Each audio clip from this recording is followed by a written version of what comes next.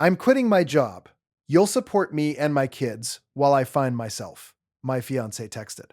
I replied, not my problem, and accepted a job overseas starting Monday. 10 minutes later, her mom wrote, banned from our family until you sign her $70,000 loan. That night, I reviewed my accounts and removed shared payments in my name. 33 missed calls. I want you to know I am a reasonable person. I need you to believe that before I tell you about the brass band. My name is Emmerich. I'm 33. I'm a social worker, which means I have spent 9 years professionally managing other people's disasters, while my own quietly stacked up behind me like unpaid invoices. I live in a fourth floor apartment in a building with thin walls and excellent acoustics, which becomes relevant later. My neighbor across the hall is a 67-year-old man named Vojtek, a former municipal events coordinator who retired 6 years ago and has, in my estimation, spent every single day since then leveraging 30 years of connections for purposes I cannot fully predict or explain. He knows the woman who schedules city park permits.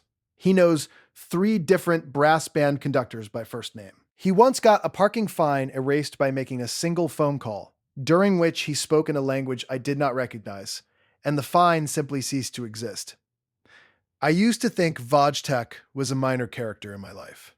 I was wrong about that. I need you to know I am a reasonable person before I tell you what happened on the Saturday afternoon when Nadine held what she called a family meeting to discuss my abandonment of our household.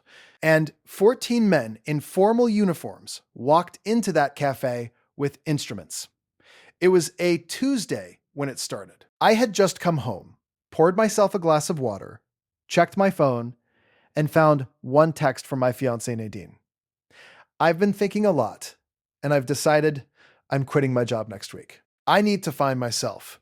You'll support me and the kids while I do that, right? We're a team. I set the glass down, I picked it back up, I drank the entire thing. And then I typed, not my problem. Yes, I know. Keep reading. Nadine and I had been together for 2.5 years and engaged for 7 months. She has 2 kids, Marcus, 9, and Lila, 7. Genuinely good children who deserved better than the financial strategy their mother had quietly assembled around my existence. I was not their father. I had never been asked to be. Nadine had told me explicitly and on multiple occasions that she was fully independent and not looking for someone to carry her. These are direct quotes. I have the texts. I am a social worker. Documentation is the only thing standing between me and chaos on any given Tuesday. We moved in together 8 months ago. We agreed on a 50-50 split for all shared expenses. Her idea. She called it modern and equal. I called it fair and shook on it. It was modern and equal for 6 weeks. Then her car. Then her phone. Then a mental health weekend she scheduled with a spa package I found the receipt for. Then the groceries, consistently, because she was between paychecks. Then the rent, once, because she had miscalculated, a word that does not mean what she used it to mean. None of it returned. When I brought it up, she said I was keeping score, and that wasn't how love worked. I kept a spreadsheet, because love is a thing, and documentation is also a thing, and both can exist simultaneously. The total came to $4,340 over 8 months. In March, I applied for a position overseas, international social work, coordinating community support systems, the career opportunity I'd been building toward for 6 years. I told Nadine. She said that was sweet and asked if I'd booked the kids' dentist appointments, which I had not because they were not my children. I was offered the position in April. I told Nadine I was seriously considering accepting. She laughed, in the specific way that means I find your delusion charming but also irritating. You can't go overseas, she said. We're a family. We're engaged, I said. Which is different. She listed reasons I couldn't leave. The bills, the kids' routine, the car noise, the fact that she had been thinking about her career path. That last phrase I filed incorrectly in my mental database, under temporary uncertainty, instead of warning active planning in progress. I accepted the job. I told her at dinner it did not go well. She said, fine, Then I'll quit and you can support me and the kids until I figure something out. Because I can't do this alone. I explained this was not a plan. The next day, she sent the text. I replied. Carolyn texted 10 minutes later. You are banned from this family until you sign Nadine's $70,000 loan. Non-negotiable. Friday, deadline. I drove home and removed every shared payment from my accounts. By midnight, 33 missed calls. Nadine, Carolyn, Nadine's sister, a woman I had met twice and who apparently had financial opinions, and an unknown number that turned out to be Nadine's coworker, apparently now recruited into the effort. I was standing in my kitchen at 12:15 a.m., staring at my phone, when I heard a knock. Wojtek. He was in his bathrobe, holding a cup of tea, leaning against my doorframe, with the expression of a man who had heard every call through the wall and had already made several decisions. Your phone, he said, has been making noise for 4 hours. I'm aware, I said. He looked at me for a moment. Then, come have tea. You can tell me. So I did. I sat in Wojtek's kitchen, which smells permanently of coffee and something I think is a cured meat from a country I cannot identify. And I told him everything. The spreadsheet, the loan demand, the job, the missed calls, all of it. Wojtek listened without interrupting, which is rarer than it should be. When I finished, he nodded slowly. And what is your plan? I'm leaving Monday, I said. I just need this week to not be a disaster. He stirred his tea. I know people, he said. I know you know people, I said. I don't know what that means in this context. It means, he said, that when you are ready, you tell me. I went to bed. I did not ask what kind of people or how or why. I was too tired. This was, in retrospect, the correct approach. Nadine did not accept that Monday's silence was an answer. She posted on Facebook, not vague, not coded, but specific. My name, the words chosen a foreign country over his family. No mention of the $4,000. No mention of the loan. No mention that I was not anyone's father. My supervisor saw it. HR called me on Monday morning. I explained the situation in the same tone I use professionally, even documented, without editorializing. I was excused with an apology. I returned to my desk and sat down and looked at the wall for a while. On Thursday, I received a message from Nadine's Aunt Bettina, a woman who had given me a scented candle at Christmas and called me steady. Bettina informed me that Nadine had organized a family meeting for Saturday afternoon at a café called Le Papillon, in a visible and trafficked part of the city center. Purpose: to address the situation with Emmerich in front of assembled family, mutual friends, and at least 2 people from Nadine's book club. It was structured, Bettina said carefully, like an intervention. About me. Are you telling me this to warn me? I asked. I'm telling you, she said, because I think it's a bad idea and I wanted someone to know. I sat with this for 40 seconds. Then I walked across the hall and knocked on Wojtek's door. He opened it. He looked at my face. He opened the door wider and stepped aside to let me in. There's a cafe, I said. Saturday, 2 p.m., they're doing a formal intervention about my life choices. Wojtek picked up his phone from the counter. He opened a contact. He looked at me. You said you wanted this week to not be a disaster. I've reconsidered, I said. He smiled, very slowly. Carol owes me something from 2019. Who is Carol? The conductor, said Wojtek. Of what? The Municipal Festive Brass Ensemble, he said, in the tone of someone reading a perfectly obvious answer. I looked at him for a long time. Wojtek, I said, what exactly are you suggesting? He was already dialing. Step 1. The foundation, responsible and unremarkable. Friday morning. Lawyer first. A precise woman named Henrietta who laughed exactly once, silently, controlled, just a brief compression of the lips, when I read her the $70,000 loan text. She sent formal letters to Nadine and Carolyn covering 3 items: the Facebook post as potential defamation, the loan demand as legally unenforceable, and all further coercive contact as documented for possible future action. Carolyn's response: a Facebook comment calling me a man who hid behind lawyers. Nadine's response: 9 more texts and a voicemail in which she described the overseas job as performative. I forwarded everything to Henrietta. She did not laugh this time. She made a note. Notes from Henrietta are, I believe, the legal equivalent of a loaded weapon in slow motion. I also, on Friday, changed the apartment lock. This was not dramatic. It was a 12-minute procedure and cost 40 euros. I consider it the most efficient thing I did all week. Step 2. Vojtech makes calls. Here is what I learned about Vojtech that week. For 30 years, he ran municipal events, city festivals, civic ceremonies, holiday programming. He knows 6 city officials, 3 venue managers, 2 catering coordinators, and Karel, the conductor of the Municipal Festive Brass Ensemble, who has owed Vojtech a favor since an incident at the 2019 Summer Culture Festival involving a tent, a technical rider, and a situation Vojtech described only as the incident with the acoustics. Carol was responsible. Vojtech resolved it without filing a formal complaint. Carol had been waiting 6 years for that call. Friday afternoon, I was in my apartment when I heard Vojtech through the wall. Not words, tone. The specific cadence of a man giving instructions that are being received without question. He knocked at 4 p.m. He sat down at my kitchen table with a small notebook. Le Papillon, he said. 2 p.m. Saturday. I have spoken to Carol. The ensemble has a booking Saturday morning, which ends at 1 p.m. at the Civic Square 3 blocks away. I stared at him. Carl says they can be at Le Papillon by 2:20, possibly 2:15 if the morning runs short. Vojtech, I said. What will they play? He looked at me as if this was a strange question. What do you want them to play?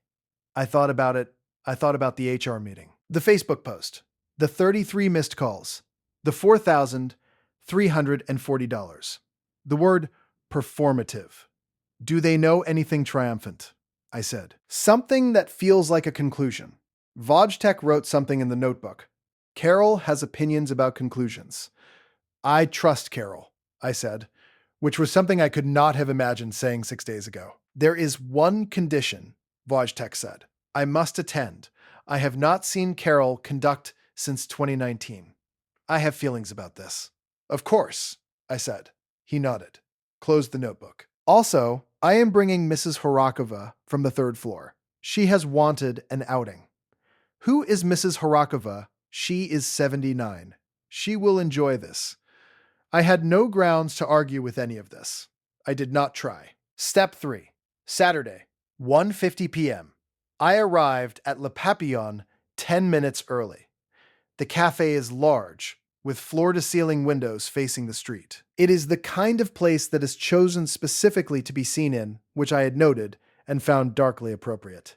Nadine had arranged 11 people around 2 pushed-together tables. Her mother Carolyn, her sister, 3 mutual friends, 2 people from the book club, an aunt I recognized, an uncle I did not, and Bettina, who caught my eye when I walked in and gave me a look I can only describe as I tried.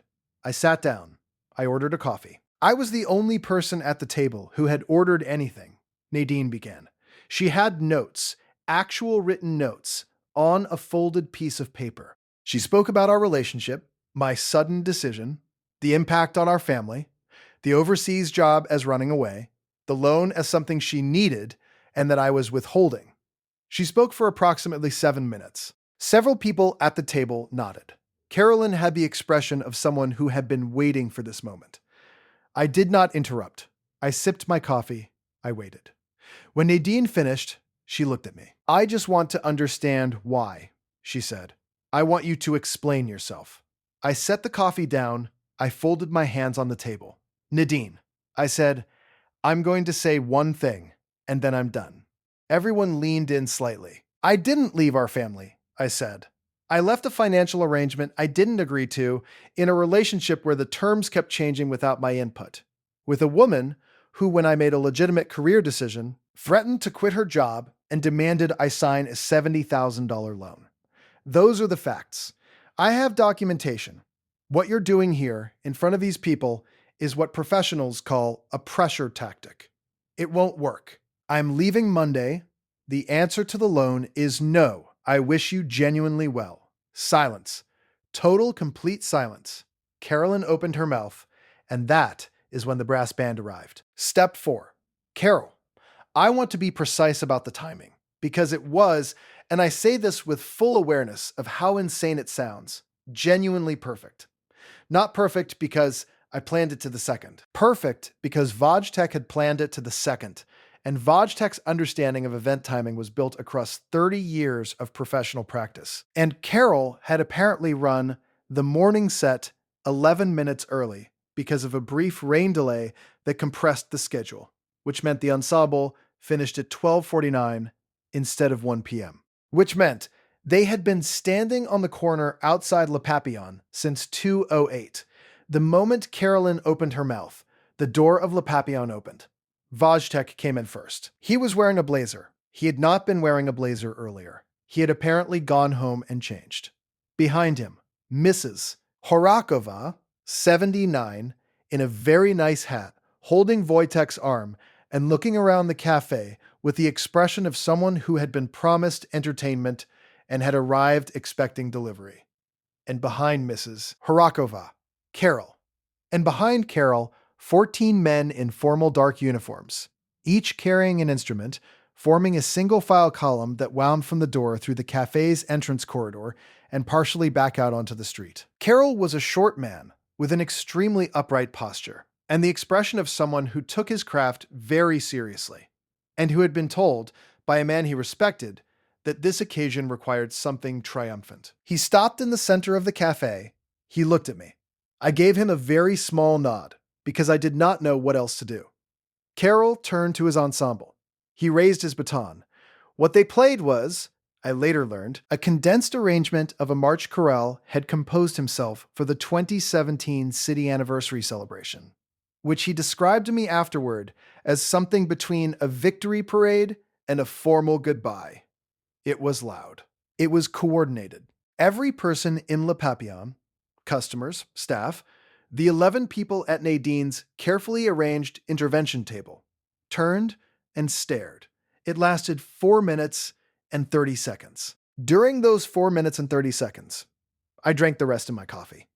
I placed the cup back in the saucer. I looked at Nadine, who was staring at the brass ensemble, with an expression I had never seen on her face and do not have words for. I looked at Carolyn, who had not closed her mouth since opening it, and had now not closed it for 4 minutes.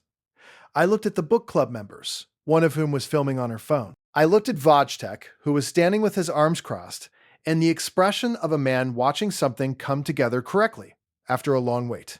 I looked at Mrs. Horakova, who was nodding along with the melody and appeared to be thoroughly delighted. When the music ended, Carol lowered his baton. The cafe was completely silent. I stood up, I buttoned my jacket. I looked at Nadine one last time. Safe travels, I said, because I could not think of anything more precisely correct. I walked out. Vodtech followed. Mrs. Horakova followed, arm in arm with Vodtech, at a pace that suggested she had no intention of hurrying and every intention of enjoying the remainder of her afternoon. Behind us, I heard one of the book club members say, very quietly, "What just happened?" I did not turn around. Step 5. The aftermath I did not witness but received reports of. My friend Tobias was seated at a table across the cafe. I had not told him to be there. He had seen the Facebook post, recognized the cafe, and shown up out of what he described as basic human curiosity and loyalty, in that order. He texted me a reconstruction. After I left, approximately 90 seconds of complete silence. Then Carolyn said something. Then Nadine said something back to Carolyn.